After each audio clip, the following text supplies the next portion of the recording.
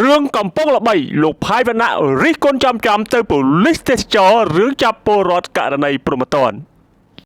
បងប្អូនអ្នកស្ដាប់ជាទីមេត្រីកាលពីម្សិលមិញដែលត្រូវនឹងថ្ងៃទី16ខែកក្កដាឆ្នាំ2026នោះមានវីដេអូមួយបានផ្ទុះកក្រើកពេញបណ្ដាញសង្គម Facebook ដែលតាក់ទងជាមួយនឹងយុវជនពីររូបកើតទុកមិនសុខចិត្តរឿងនគរបាលដែលអះអាងថាជានគរបាលនាយកដ្ឋានទេសចរចាប់ខ្លួនពួកគេនិងស្នើដល់រដ្ឋមន្ត្រីក្រសួងមហាផ្ទៃឲ្យជួយរកយុត្តិធម៌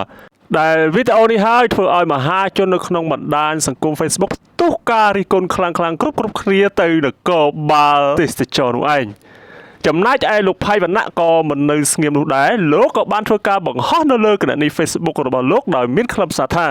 តាមព័ត៌មានពីប្រជាពលរដ្ឋបានឲ្យដឹងថាពេលចាប់ខ្លួនយកទៅដល់នាយកដ្ឋាននគរបាលទេសចរនគរបាលទេសចរគម្រាមកំហែងរួចនាំទៅដកលុយនៅធនាគារចំនួន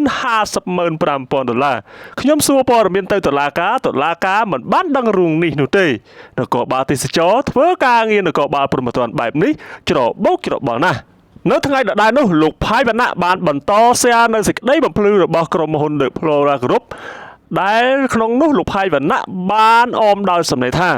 សេចក្តីបំភ្លឺនេះបង្ហាញឲ្យឃើញថាមន្ត្រីនគរបាលទេសចរធ្វើខុសនីតិវិធីច្បាប់ទោះបីមានបណ្ដឹងពីជនរងគ្រោះក៏ដោយមន្ត្រីនគរបាលទេសចរអាចធ្វើរបាយការណ៍សំយកសម្បើកការស៊ើបអង្កេតបឋមពីព្រះរាជអាជ្ញាចារឯកភាពលើរបាយការណ៍សំយកទើបមន្ត្រីនគរបាលទេសចរមានសិទ្ធិធ្វើលិខិតអញ្ជើញចុងបណ្ដឹងមកសាកសួរបំភ្លឺ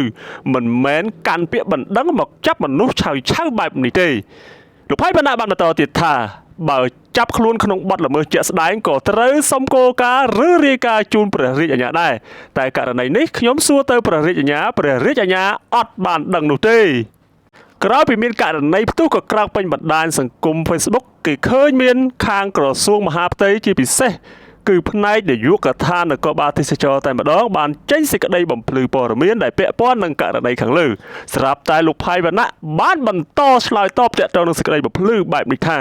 សេចក្តីបំភ្លឺរបស់នាយកដ្ឋាននគរបាលទេសចរបង្ហាញកាន់តែច្បាស់ថានាយកដ្ឋាននេះអនុវត្តការងារមិនត្រឹមត្រូវតាមក្រមនីតិវិធីព្រហ្មទណ្ឌនិយាយរួមគឺចាប់មនុស្សតាមការចង្អុលបង្ហាញរបស់ដើមមិនដឹង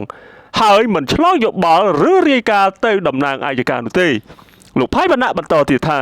កំហុសឆ្គងបែបនេះគួរកែតម្រូវកុំបន្តធ្វើរឿងមិនត្រឹមត្រូវតទៅទៀតជាពិសេសនគរបាលទេសចរទទួលបណ្ដឹងតែភ្ញៀវទេសចរតែប៉ុណ្ណោះមិនអាចមកទទួលបណ្ដឹងព្រហ្មទណ្ឌបានទេឈប់ទៅកុំព្រោះផលប្រយោជន៍តិចតួចហ៊ានបំពានច្បាប់បងប្អូនអ្នកស្ដាប់ជាទីមេត្រីរឿងរ៉ាវខាងលើនេះមិនដឹងជាមួយណាខុសមួយណាត្រូវនោះទេដែលនៅក្នុងនោះសូម្បីតែថៅកែស្រីក៏បំភ្លឺការពារបុគ្គលិក2នាក់ថាមិនបានលួចលុយក្រុមហ៊ុន The Flora ចំនួន$55,000នោះដែរដោយការចោទប្រកាន់នោះទេ